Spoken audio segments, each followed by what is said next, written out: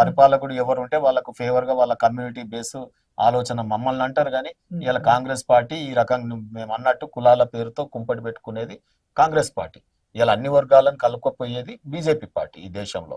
అందుకే నేను first leading లోనే మీకు చెప్పాను, ఇవాళ నిజంగా మీకు హృదయమే ఉంటే ఓబీసీలకు నిజంగా 42% ఇవ్వాలంటే మంచిగా క్యాల్కులేటర్ పెట్టుకొని లెక్కలు చేయాలి తప్ప కాంగ్రెస్ పార్టీ కత్తెర పెట్టుకొని చేసింది, కట్ చేసింది అని చెప్తున్నా. సో అందుకనే నేనేమంటున్నా అంటే నీకు కులగణన చేత కాకపోతే పరిపాలన ఏం చేతన అవుతుంది? ఇప్పుడు నువ్వు ఎంతమంది వెనకట రాజులు సాహు మహారాజు రిజర్వేషన్స్ తెచ్చాడు, బ్రిటిష్ వాళ్ళు తెచ్చిరు. వెనకట చక్రవర్తులు అప్పుడు సైంటిఫిక్ ఈ క్యాలిక్యులేటర్ లేనప్పుడు కంప్యూటర్ లేనప్పుడే లెక్కలు తీసిరు ఎంతమంది అనేది. మరి నీకు ఇప్పుడు ఇంత నేటి యుగంలో నువ్వు చేయలేకపోతున్నావు అంటే ఫెయిల్ అయినట్టే కదా. ఎంత నామూష్ ప్రభుత్వానికి. కాబట్టి రాష్ట్ర ప్రభుత్వం చేయలేదు కానీ చేయాల్సిన కేంద్రం చేస్తలేదు అనేది కూడా అపవాదం ఉంది కదా. కేంద్రం చేయాల్సిన టైంకి చేస్తుంది కదా. దేశవ్యాప్త కులగణన అది కులగణన కాదు, దేశవ్యాప్తంగా పాపులేషన్ సెన్సస్ చేస్తుంది. అక్కడ సెన్సస్ చేస్తుంది, నువ్వు సర్వే చేస్తున్నావు. ఈ సర్వే కూడా శాత కదా, అది పెద్ద సబ్జెక్ట్ కదా సెన్సస్ అనేది. దేశంలో సబ్జెక్టు సెన్సస్ చేయకుండా ఆ చేసే టైంకు సెన్సస్ చేస్తుంది. ఈ ప్రాబ్లమ్స్ అన్ని సాల్వ్ అవుతాయి కదా జనగణన. దానికి దీనికి సంబంధం లేదు. రాష్ట్ర లోకల్ బాడీ రిజర్వేషన్ అది నువ్వు 42% ఇస్తాను ఇయ్యి. అది ఒక్కో రాష్ట్రంలో ఒక్కో తీరు ఉంది కదా. ఇదేం ఒక అన్ని రాష్ట్రాలలో 42% కాదు.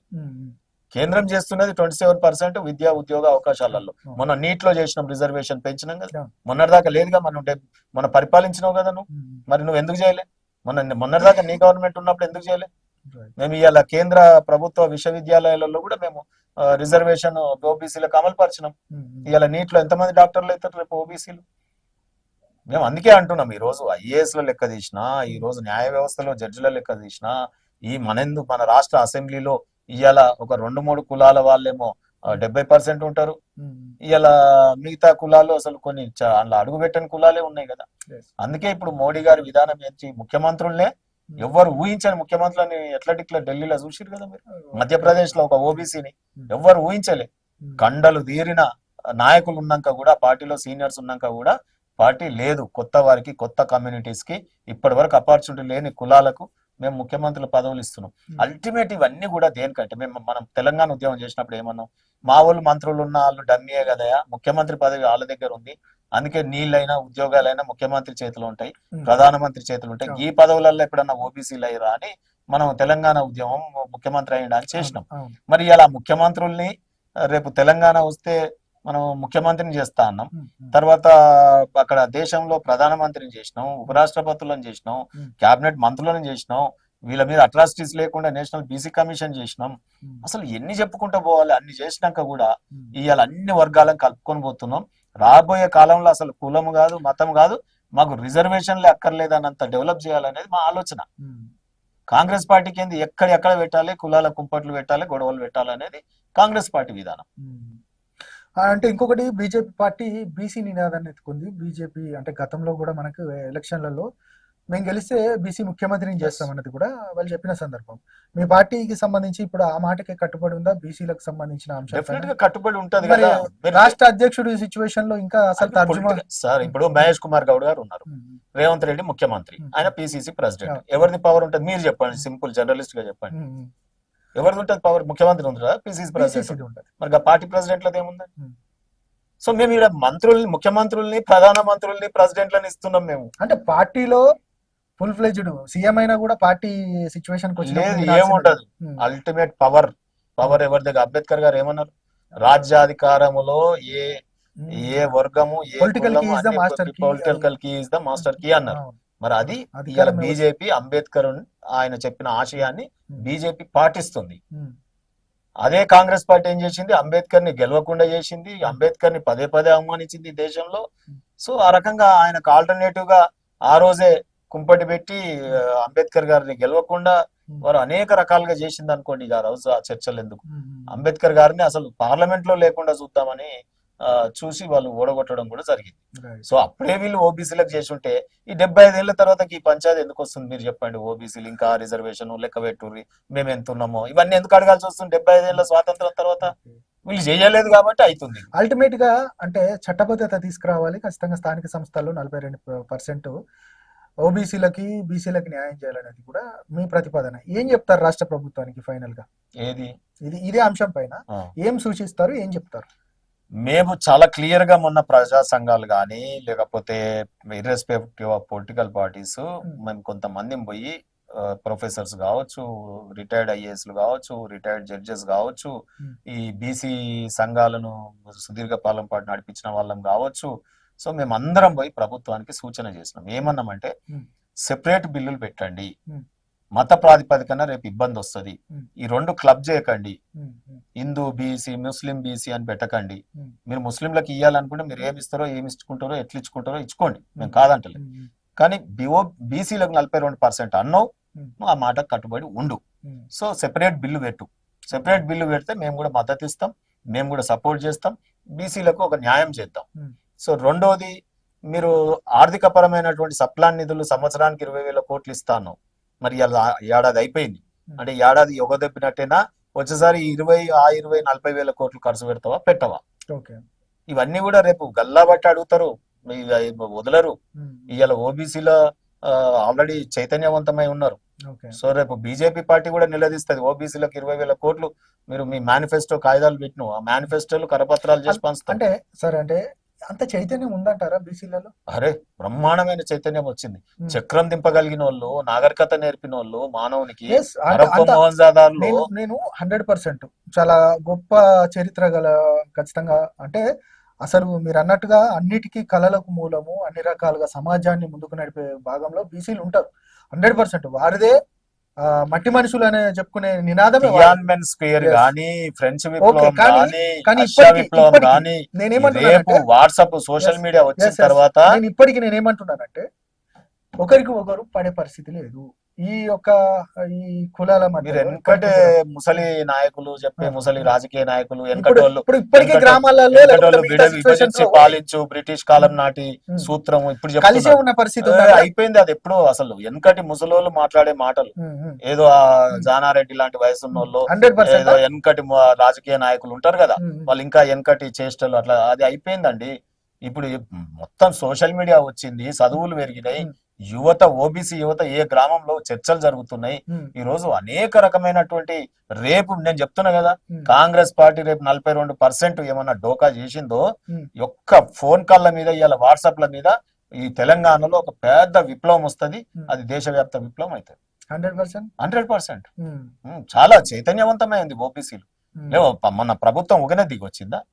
ఇలా మేము అడిగినాం, స్వాగతిస్తున్నాం. ఒకే నువ్వు దేశజాలకు పోకుండా కేసీఆర్ లాగా ఒక ఏదేమంటారు హిట్లర్ లాగా కాకుండా నువ్వు మళ్ళా రీసర్వే చేస్తాను, మా మాట మన్నించినావు, ఓకే, కానీ దాన్ని చక్కగా చెయ్యి, నాటకాలు చేయొద్దు.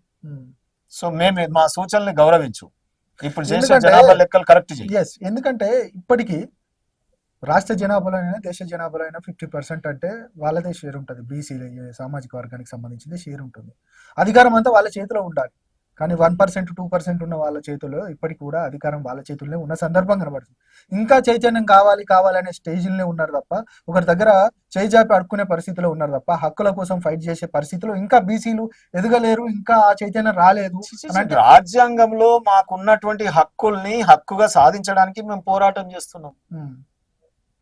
మేము ఉన్నటువంటి పరిపాలకుని అడుగుతున్నాం. మేము మొన్న 42% ఇస్తా అన్నావు, ఓట్లేసిరు, చెయ్యి. నువ్వు అన్నావు కదా, అన్నది నువ్వు, రేపు చెయ్యాల్సింది ఎవరు? ఆయనే. చెయ్యకపోతే తప్పకుండా మేము అడిగేది అడుగుతాం.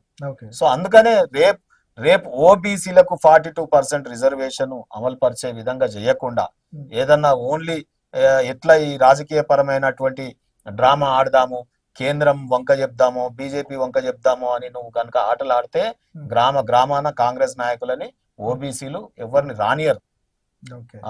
గ్రామాలలో నీకు బహిష్కరణ కాంగ్రెస్ పార్టీ నాయకులకు ఎట్లా అయిపోతుంది అంటే, నీకు రజకుల పని చేయరు, మంగళ వాళ్ళు నీకు కటింగ్లు చేయరు, తెలంగాణ ఉద్యమంలో కుమ్మరి వాళ్ళు కుండియరు. సో ఈ రకంగా అనేక ఉద్యమాలు వస్తాయి, సామాజిక ఉద్యమం. రేపు చాలా సైంటిఫిక్ ఉద్యమాలు వస్తాయి. సో మళ్ళా చాకల ఐలమ్మలు, సర్వాయి పాపన్నలు ఈ భూమి మీదకి వస్తారు. మళ్ళా జయశంకర్ లాంటి మేధావులు అనేక మంది, వీళ్ళంతా ఓబీసీలే కదా. మరి మన తొట్టి కొమరే లాంటి వాళ్ళు రేపు అందరూ వస్తారు, పోరాటం నిర్మిస్తారు. నేనేమంటున్నా అంటే వీరికి అండగా రేపు బీజేపీ పార్టీ ఓబీసీలకు ఒకవేళ నువ్వు 42% రిజర్వేషన్ ఇవ్వకపోయినా, సంవత్సరానికి సప్లా నిధులు 20,000 కోట్లు ఇవ్వకపోయినా, సరే, ఇక కాంగ్రెస్ నీ బట్టం పార్టీ పడతాం. ఓకే, కాంగ్రెస్ పార్టీ మీద మీరు ఫైట్ చేస్తారు. నిజంగానే మరి 50% ఉన్న బీసీలకు సంబంధించిన అంశం పైన బీజేపీ అధ్యక్షుడైనా కానీ లేకపోతే బీజేపీ పార్టీలో అందరికీ న్యాయం జరుగుతుందా బీసీలకి? 100% జరుగుతుంది సార్. అందుకే అంటున్నారు రేపు డబుల్ ఇంజన్ సర్కార్ ఇప్పుడు అయిపోయింది. బీఆర్ఎస్ పని కాంగ్రెస్ పని ఇద్దరిది చూసిరు ప్రజలు. ఇప్పుడు తెలంగాణ నేనే తెచ్చిన అన్నందుకు ఆయనకోసారి ఇచ్చారు, ఈ మేమే ఇచ్చినాం అన్నందుకు ఈయనకోసారి ఇచ్చారు. మరి ఆ ఇయ్యడానికి సపోర్ట్ చేసినాక సుష్మా స్వరాజ్ గారి ఆధ్వర్యంలో మేము లేకుంటే బిల్లే తెలంగాణ రాష్ట్రమే లేదు కదా బీజేపీ చేయకపోతే. సో ఆ రోజు పార్లమెంట్ లో. కాబట్టి ఇప్పుడు ఈసారి మాకు అవకాశం ఇవ్వబోతున్నారు. మీ ఇద్దరిని పక్కకు పెడతారు. రేపు రాష్ట్రంలో కేంద్రంలో 2 బీజేపీ వాళ్ళే మేము ఉంటాం. తప్పకుండా రేపు ఘనమైన డెవలప్మెంట్. బీజేపీ ఈ కులగణన విషయం కొంత పక్కన పెడితే బీజేపీకి సంబంధించిన అంశం ప్రధానంగా మీ పార్టీకి సంబంధించిన అంశంలో ఏంటి, బండి సంజయ్ గారు పెద్ద ఎత్తున ఆరోపణలు చేస్తున్నారు. ఏంటి దేశవ్యాప్తంగా ఉన్న అంటే రాహుల్ గాంధీ కులం ఏంటి, కులము మతానికి మేము పూర్తిగా వ్యతిరేకము, మా దాంట్లో బాగా ఏంటి పాజిటివ్ ధోరణి ఉంటుంది, అందరినీ కలుపుకొని వెళ్తామని మీరు చెప్తున్నారు. కానీ తెర మీదకి వచ్చేసరికి ఎమ్మెల్సీ ఎన్నికల ముందుకు వచ్చేసరికి రాజకీయ పరంగా లబ్ధి పొందడానికే ఈ కులము రాహుల్ గాంధీ యొక్క కులాన్ని తీసుకొచ్చి ఆయన ఒక ముస్లిం అని లబ్ధి అని మీరు అంటున్నారు కదా. ఈ రోజు బీఆర్ఎస్ పార్టీ అయితే పోటీ చేయట్లేదు, అవునా? కాంగ్రెస్ పార్టీ ఓన్లీ ఒక్క గ్రాడ్యుయేట్ ఎన్నికలలోనే పోటీ చేస్తుంది, మిగతా వాటిలలో పోటీ చేయట్లేదు. పోటీలు ఉంది మేము ఒక్కరమే. అవన్నీ ఆల్రెడీ ఇండిపెండెంట్ ఉన్న వాళ్ళంతా కూడా బీసీలో ఉన్నారు. మరి వారికి నేనేమంటున్నా, మేము కూడా బీసీకే ఇచ్చినాం కదా, మేము కూడా బీసీకే ఇచ్చినాం. అక్కడ రెడీకి ఇచ్చిరుగా. అవును, అన్ని వర్గాలను కలుపుకోపోతాం కదా. బీజేపీ అంటే ఓన్లీ కుల సంఘమా? కాదు కదా. ఇలా బీజేపీ అంటే అన్ని వర్గాలను కలుపుకోపోతుంది. ఇలా మేము బీసీకి ఇచ్చినాం కదా, నువ్వు అట్లా ఇయ్యలే కదా.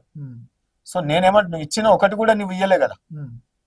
మేము ఇచ్చిన రెండిట్లలో ఒకటి అది ఒకటి ఇది చేసినాం కదా. సో రెండోది ఇవాళ కాడెత్తేసిన కాంగ్రెస్ మమ్మల్ని అనడానికి ఏం నైతిక హక్కే లేదు. ఎమ్మెల్సీ ఎన్నికలలో ప్రజాస్వామ్యంలో ప్రతి ఎన్నికను పోటీగా తీసుకోవాలి. 2 పార్టీలు పోయినాయి, బీఆర్ఎస్ కాంగ్రెస్ పోయింది. మీరు రెండోది అన్నారు. ఈ రోజు బండి సంజయ్ గారు ఇప్పుడు మీరు పోయి చూడండి ఏడున్నారు. కరీంనగర్ లో ఎన్నికలలో మా ఎమ్మెల్సీని గెలిపించడానికి ఎండనక వాననక తిరుగుతా ఉన్నారు. మేము ఇవాళ కేంద్ర మంత్రాన్ని ఏసీ రూమ్లలో కూర్చోం. ఇవాళ రేవంత్ రెడ్డి గారు ఏడున్నారు, బండి సంజయ్ గారు ఏడున్నారో మీరు చూడండి మా నాయకులందరూ. కాబట్టి ప్రతి ఎన్నికలు మేము ఛాలెంజ్ గా తీసుకుంటాం. 3 ఎమ్మెల్సీలు ఖచ్చితంగా మేమే గెలుస్తున్నాం, 100% గెలిచినాం ఆల్రెడీ. ఇట్లా ఆ వేవ్ మీరు చూడండి ఒకసారి, కెమెరా పట్టుకొని మీరు కింద పోండి. కాంగ్రెస్ పోటీ లేదా అంటున్నా, ఇండిపెండెంట్లే పోటీ ఉన్నారు. కొంత ఎట్లయినా ఇబ్బంది ఉంటది కదా ఇండిపెండెంట్లకి. పార్టీ సరంజామా మా నాయకులు మా వాళ్ళంతా తిరుగుతా ఉన్నారు కదా, వాళ్ళు క్వశ్చన్ చేస్తా ఉన్నారు. 2 కోట్ల ఉద్యోగాలు సంవత్సరానికి ఇస్తామన్న కేంద్రము ఏం కూడా లేకుండా ఇప్పుడు బీజేపీ వాళ్ళు వచ్చి మాకు ఓట్లు వేయండి నిరుద్యోగులు లేకపోతే ఉపాధ్యాయుల సిచ్యువేషన్స్ వీళ్ళంతా కూడా మాకు ఓట్లు వేస్తారు అని చెప్తా ఉన్నారు. అది ఎంతవరకు కరెక్ట్ అని అంటున్నారు. ఇప్పుడు మనం చిన్నప్పటి నుంచి జనగణమన చదువుతుంటాం, ఈ రోజు కూడా కళ్ళు మూసుకొని జనగణమన చదువుతాం. ఇక కాంగ్రెస్ పార్టీ దేశంలో జనగణమన అయిపోయింది, వాళ్ళ పార్టీ లేదు. ఏడా ఢిల్లీ వాయి ఓడిపోయా, అన్నిట్లలో ఓడిపోయా, ఏడుంది ఇంకా ఆ పార్టీకి జనగణమన అయిపోయింది. నేను ఏమంటున్నా అంటే ఇలా కాంగ్రెస్ పార్టీ ఈ దేశంలో కన్యాకుమారి నుంచి కాశ్మీర్ దాకా ఏ ఎన్నిక జరిగినా ఇలా బీజేపీ నెంబర్ 1 హీరో అయిపోయింది. కాబట్టి మోడీ గారు ఎక్కడికి పోయినా మోడీ గారినేమో కమాన్ కమాన్ కమాన్ అంటారు ప్రజలు, రాహుల్ గాంధీ గారిని get out get out get out అంటారు. సో ఈ రోజు ప్రతిపక్ష నాయకుడిగా అనేక ఎన్నికలలో ఓడిపోతూ ఏదైనా అవార్డు రివార్డు ఇవ్వాలంటే, నోబెల్ ప్రైజ్ ఇవ్వాలంటే రాహుల్ గాంధీ గారు పదే ఎన్నికలలో ఓడిపోయినందుకు ఇవాళ ఎవరు పెద్ద అవార్డు అంటే ఆయనకు వస్తుంది. సో ఆ రోజు వాజ్పేయి గారు ప్రతిపక్ష నాయకుడిగా ఉంటే వారు ఉండాలి పార్లమెంట్ లో అని కోరుకున్న రోజులు. ఇవాళ ఈయన ప్రతిపక్ష నాయకుడిగా కంప్లీట్ ఫెయిల్యూర్ అయినటువంటి వ్యక్తి. కాబట్టి వారికి పార్టీ నాయకుడే లేడు. పార్టీ అంటే 50 సంవత్సరాలు పరిపాలించిన పార్టీ. రెండవది ఏంటంటే పూర్తిగా ఎక్కడ అంటే దేశవ్యాప్తంగా అన్ని రాష్ట్రాలలో ఓడిపోతున్నప్పటికీ కూడా మీరు అదే స్థాయి నుంచి వచ్చారు కదా. 2 స్థానాలు ఉన్నది, ఇప్పుడు దాదాపు మొన్నటి వరకు 300 స్థానాలు ఉన్న పరిస్థితి, ఇప్పుడు 240 పడిపోయిన పరిస్థితి. అంటే రాజకీయాలలో ఎత్తు పొలాలు కామన్. మీరు అదే స్థాయి నుంచి వచ్చారు, ఇప్పుడు పూర్తిగా ఫెయిల్ అయ్యారని ఎట్లా అంటారు రాహుల్ గాంధీని? ఖచ్చితంగా రానున్న రోజులలో ఆయన కూడా పుంజుకునే పరిస్థితి ఉంటుంది. ఈ రోజు పరిస్థితులు మాట్లాడండి. మేము 2 నుంచి స్థాయికి వచ్చినామంటే ఎంత కష్టపడి వచ్చినాం మీరు చూడండి. 1925లో తాష్కెంట్ లో పుట్టిన కమ్యూనిజం ఇవాళ ఏడుంది? మమ్మల్ని పదే పొద్దున లేస్తే నిద్రలో కూడా తిట్టే కమ్యూనిస్టులు ఇవాళ ఏమన్నా ఉన్నారా? ఎందుకు 1925లోనే మరి మీరు ఆర్ఎస్ఎస్ మీద పడి ఏడుస్తారు కదా. 1925లో ఆర్ఎస్ఎస్ నాగపూర్ లో పుట్టింది మన దేశంలో. మన దేశ నాగరికత ఏంది, మన దేశ సంస్కృతి ఏంది, మన దేశంలో ఉన్నటువంటి కులాల పరిస్థితి ఏంది, మతాల పరిస్థితి ఏంది, ఇవన్నీ కూడా ఇక్కడి మట్టి సువాసనలోంచి పరిమళించి బీజేపీ పార్టీ ఉద్భవించింది, కమలం విచ్చుకున్నది. ఈ రోజు ఇదే కాంగ్రెస్ పార్టీ గాని కమ్యూనిస్ట్ పార్టీలు గాని దేశాన్ని 75 ఏళ్ళు ఏలినాక ఎంత బలం ఉండాలని, 60 ఏళ్ళు పార్టీ పరిపాలన చేసిన పార్టీ ఈ పర్ఫార్మెన్సా? మీరు అన్నది కరెక్టే, మేము 2 నుంచి ఈ స్థాయికి వస్తా ఉన్నాం. మరి వాళ్ళు 100ల నుంచి ఏ స్థాయికి పోయిన అది చాలు కదా మీకు ఎగ్జాంపుల్. కాబట్టి ఈ రోజు ప్రజలందరూ కూడా ఈ భారతదేశం కంప్లీట్ బీజేపీ పార్టీ రాష్ట్రాలలో దేశంలో ఉండాలని కోరుకుంటారు. కాబట్టి ఈ రిజల్ట్ ఇంత పెద్ద ప్రజాస్వామ్య దేశంలో ఈ రకంగా ఆదరిస్తున్నారు అంటే ఇవాళ 21 రాష్ట్రాలలో బీజేపీ అండి, 21 మంది ముఖ్యమంత్రులు మా వాళ్ళు ఉన్నారు. సరే, దేశవ్యాప్తంగా బీజేపీ ఉన్నప్పటికీ కూడా ఖచ్చితంగా ఇక్కడ తెలంగాణలో మాత్రం కాంగ్రెస్ ఆల్టర్నేట్ గా బీఆర్ఎస్ మేమే మొన్న ఏదో ప్రజలు కొంత మమ్మల్ని విస్మరించి ఇటు కాంగ్రెస్ వైపు వచ్చారు, కానీ ఇప్పుడు తప్పు తెలుసుకున్నారు ప్రజలు అనేది కూడా కేసీఆర్ చెప్తున్నాడు. మొన్ననే బయటకు వచ్చిన సందర్భం, మళ్ళీ మేమే అధికారంలోకి వస్తున్నాం, ప్రజలంతా మా సైడ్ అంటారు. నిన్నగాక మొన్న బయటకు వచ్చిన ఆయన అని నేను ఏమంటున్నా అంటే broken boat BRS, sinking boat Congress. Broken boat BRS, sinking boat sinking ship Congress. మరి అందులో ఎక్కితే ప్రజలు ఉంటారా? అందుకని అది వదిలేసిరు 2. ఇవాళ బీజేపీ వైపు చూస్తా ఉన్నారు. సో ప్రతిపక్ష నాయకుడిగా జీతభత్యాలు తీసుకొని అసెంబ్లీకి ఇప్పుడు ఒక విద్యార్థి ఎడికి పోవాలి, స్కూల్కి పోవాలి.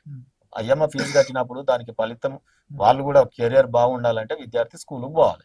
మరి అసెంబ్లీలో ఎమ్మెల్యే జీతం తీసుకున్నప్పుడు ఎమ్మెల్యే ఎడికి పోవాలి? పోయిండా అసెంబ్లీకి? మరి పాస్పోర్ట్ ఆఫీస్కి అయితే పోయిండు కదా. అంటే సొంత పనులకు బయటకు వెళ్తాడు, కానీ ఇవాళ ప్రజల పని మీద ఆయన తిరగట్లేదు. కానీ ప్రజల సొమ్ముతో ప్రతిపక్ష హోదాను అనుభవిస్తా ఉన్నారు. వాళ్ళ గురించి ఎంత మాట్లాడినా తక్కువనే. సో అదే రకంగా కరప్షన్ చార్జెస్ తో ఇవాళ కేజ్రీవాల్ ఏమైంది, జగన్ ఏమైండు, కేసీఆర్ ఏమైండు, ఈ దేశ ప్రజలు ఈ నాయకుల యొక్క నడవడిని ఈ క్యారెక్టర్ ని చూసిరు, పక్కకు పెట్టేసారు. ఇక వాళ్ళ గురించి మాట్లాడకపోవడం మంచిది. కాంగ్రెస్ పార్టీ అయితే ఇక అసలు మొత్తం రాహుల్ గాంధీ గారు నాయకుడు అయిన తర్వాత ఎక్కడ అసలు ఏమన్నా ఒక ఎన్నిక గెలుస్తుందా చెప్పండి?